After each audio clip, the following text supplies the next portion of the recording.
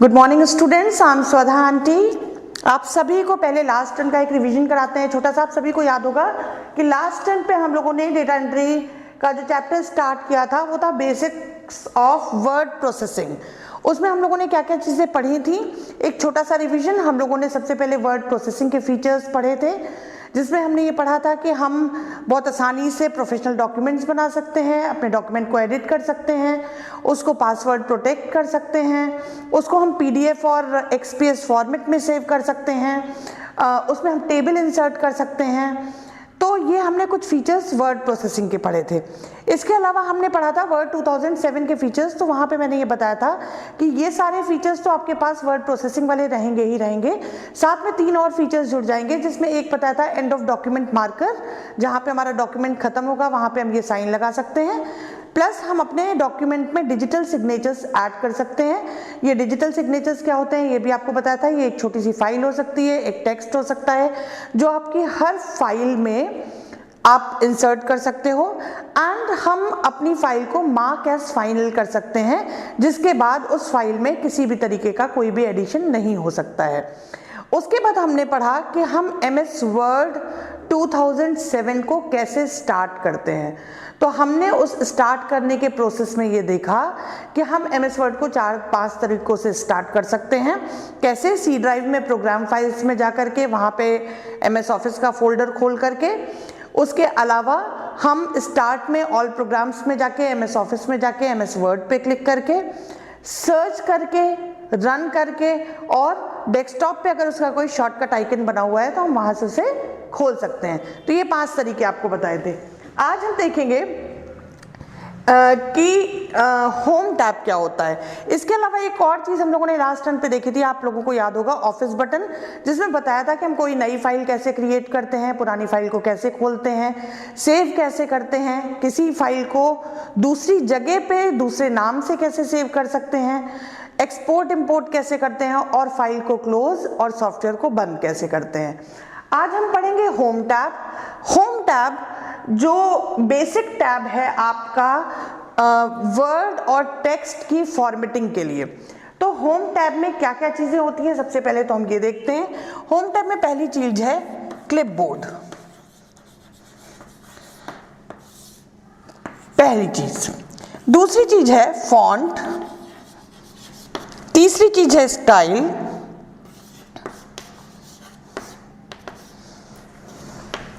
और चौथी चीज है एडिटिंग। अब ये आपके होम टैब के क्या हैं, सब पार्ट हैं। क्लिपबोर्ड आप सभी जानते हैं। क्लिपबोर्ड को अगर हम डिफाइन करें तो क्लिपबोर्ड एक ऐसी स्पेस है, एक टेम्परेरी स्टोरेज स्पेस, जहां पे आप कोई भी चीज अगर कट करते हैं या कॉपी करते हैं तो वो वहां जाकर के स्टोर हो जाती है, और जब आप उसको पेस्ट कर देते हैं तो आपके क्लिपबोर्ड से हट जाती है। ठीक है, तो क्लिपबोर्ड के अंदर आपके जो पार्ट आए वो आया कट, कॉपी, पेस्ट और फॉर्मेट पेंटर। सब लोग अपनी अपनी कॉपी में ये नोट करते चलें, नहीं तो ये आप सबके दिमाग से उतर जाएगा, और जितनी बार आप इसको अपने MS वर्ड को खोल करके यूज करेंगे उतना ही आपके दिमाग में बैठेगा। तो आप ये देखें कि क्लिपबोर्ड में क्या क्या चीजें हैं, कट, कॉपी, पेस्ट और फॉर्मेट पेंटर। अब हम एक एक चीज समझते हैं। कट क्या है? जब हम किसी भी टेक्स्ट को या किसी भी पैराग्राफ को या किसी भी लाइन को कहीं से कट करेंगे तो वो उस जगह से हट जाएगा, लेकिन जब तक हम उसे पेस्ट नहीं करेंगे तब तक वो कहाँ रहेगा, क्लिपबोर्ड की टेम्परेरी मेमोरी स्पेस में रहेगा। तो हम जब भी कोई चीज कट या कॉपी करते हैं तो उसके बाद हमें उसको पेस्ट करना ही पड़ता है। तो हम जब कट करेंगे तो उसके साथ भी पेस्ट करेंगे, कॉपी करेंगे तो उसके साथ भी पेस्ट करेंगे। लेकिन कट पेस्ट और कॉपी पेस्ट का डिफरेंस ये है कि कट करने के बाद जो टेक्स्ट, लाइन या पैराग्राफ है वो वहां से हट जाएगा, और जहां पेस्ट करेंगे वहां आ जाएगा। कॉपी और पेस्ट में जो डिफरेंस है वो क्या है कि कॉपी में पहले जहां पे था वहां पे भी बना रहेगा और नई जगह पे भी पेस्ट हो जाएगा। यहाँ पे बहुत इंपॉर्टेंट पार्ट है ये फॉर्मेट पेंटर। अब आप समझें कि ये फॉर्मेट पेंटर क्या है। पेंटर आप सब समझते हैं, पेंटर क्या होता है, जो पेंटिंग करने का काम करता है। ये मैं आपको एग्जाम्पल इसलिए दे रही हूँ ताकि आप लोग अच्छे से इस चीज़ को समझ लें। पेंटर क्या करता है, किसी भी चीज़ की प्रॉपर्टीज को अपने कैनवस के ऊपर पेंट करने का काम करता है। जैसे आपने किसी पेंटर से कहा कि भाई सनफ्लावर बना दो, तो वो क्या करता है, सनफ्लावर को रेड कलर का तो नहीं बनाता है ना, सनफ्लावर को येलो कलर का ही बनाता है। सनफ्लावर की लीव्स बिल्कुल वैसे ही बनाता है जैसे होती हैं। तो वो क्या कर रहा है, सनफ्लावर की प्रॉपर्टी जैसा फ्लावर वो अपने कैनवस पे बना रहा है। तो ये फॉर्मेट पेंटर क्या करता है, ये भी बिल्कुल वही काम करता है। मान लो आपने कोई एक टेक्स्ट ले रखा है जिसका आपने फॉन्ट साइज 24 कर रखा है, उसका कलर रेड कर रखा है, उसके बैकग्राउंड में आपने ब्लैक कलर कर रखा है, और एक टेक्स्ट आपका नॉर्मल है।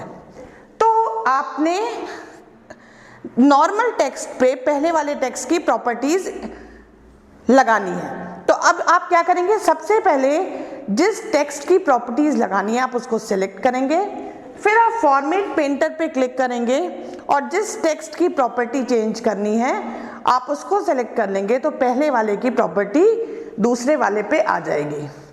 अब यहाँ पे एक एग्जांपल दे देते हैं। मान लीजिए कि आपकी क्लास में 2 बच्चे हैं, एक है जयदेव और एक है उज्जवल। उज्जवल ने हरे रंग की स्वेटर पहन रखा है, ब्लू कलर की जीन्स पहन रखी है, और उज्जवल ने अपने माथे पे एक टीका लगा रखा है और ब्लैक शूज पहन रखे हैं। और जो जयदेव हैं उन्होंने सारे कपड़े व्हाइट कलर के पहन रखे हैं।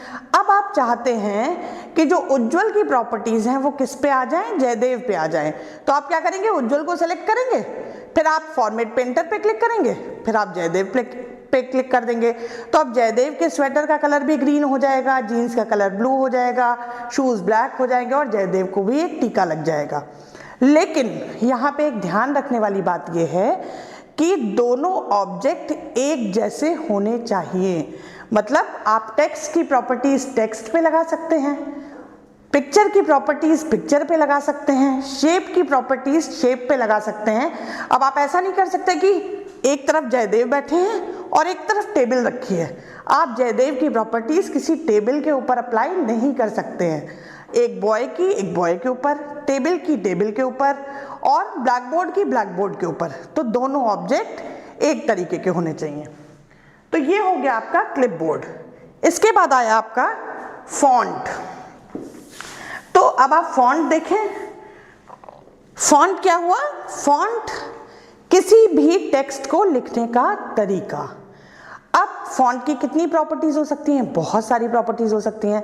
फॉन्ट का साइज हो सकता है, फॉन्ट का टाइप हो सकता है, फॉन्ट का स्टाइल हो सकता है, फॉन्ट का कलर हो सकता है, फॉन्ट का बैकग्राउंड कलर हो सकता है, और उसमें हम एडिटिंग करने के लिए बहुत सारे टूल यूज कर सकते हैं। जैसे उसको सब स्क्रिप्ट में रख सकते हैं, सुपर स्क्रिप्ट में रख सकते हैं।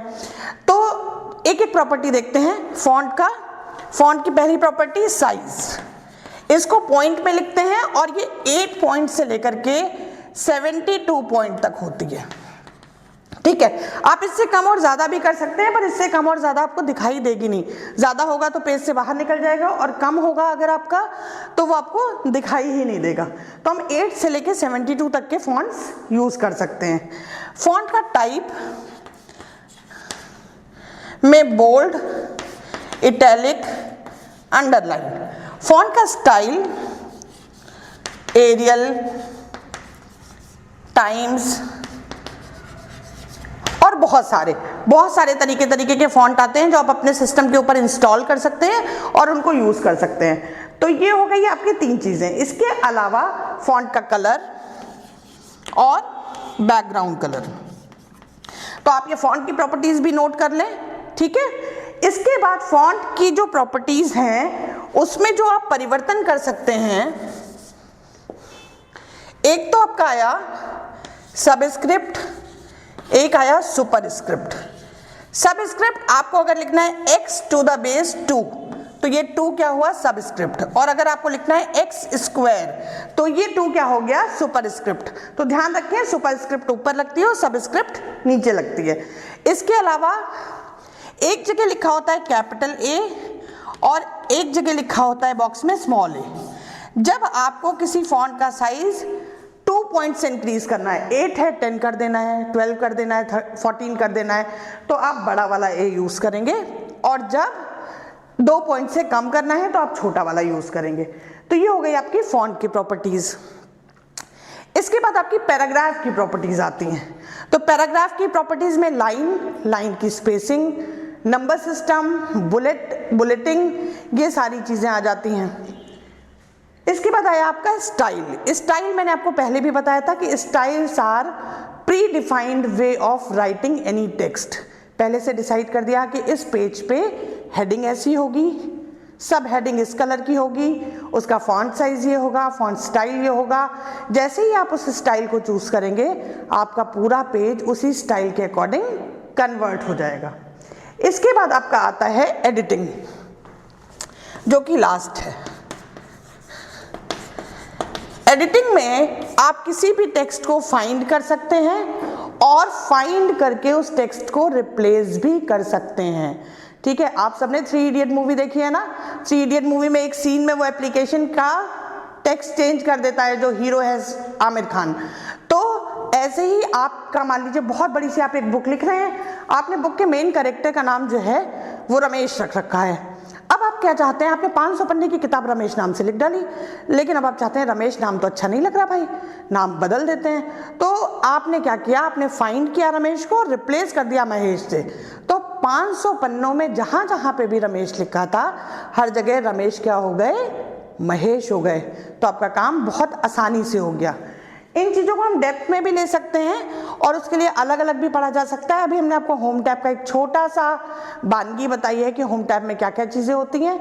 होम टैब का एक डायग्राम निकालिएगा आप सभी लोग इंटरनेट से, उसको अपनी कॉपी में बनाइएगा। उसके किस किस टूल की क्या क्या उपयोगिताएं हैं, क्या क्या ज़रूरतें हैं, उनको हम कैसे प्रयोग करते हैं, उसे अपनी कॉपी में लिखिएगा। और जितनी बार आप कर सकें उतनी बार इसको प्रैक्टिकली यूज़ करके देखिएगा, क्योंकि प्रैक्टिकल करने से जो चीज़ आपके दिमाग में बसती है वो कॉपी में लिखने से नहीं आएगी। ठीक है बच्चों, तो अभी के लिए ये होम टैब इतना ही। नेक्स्ट सेशन पे हम नेक्स्ट टैब के साथ मिलेंगे जो है इंसर्ट टैब।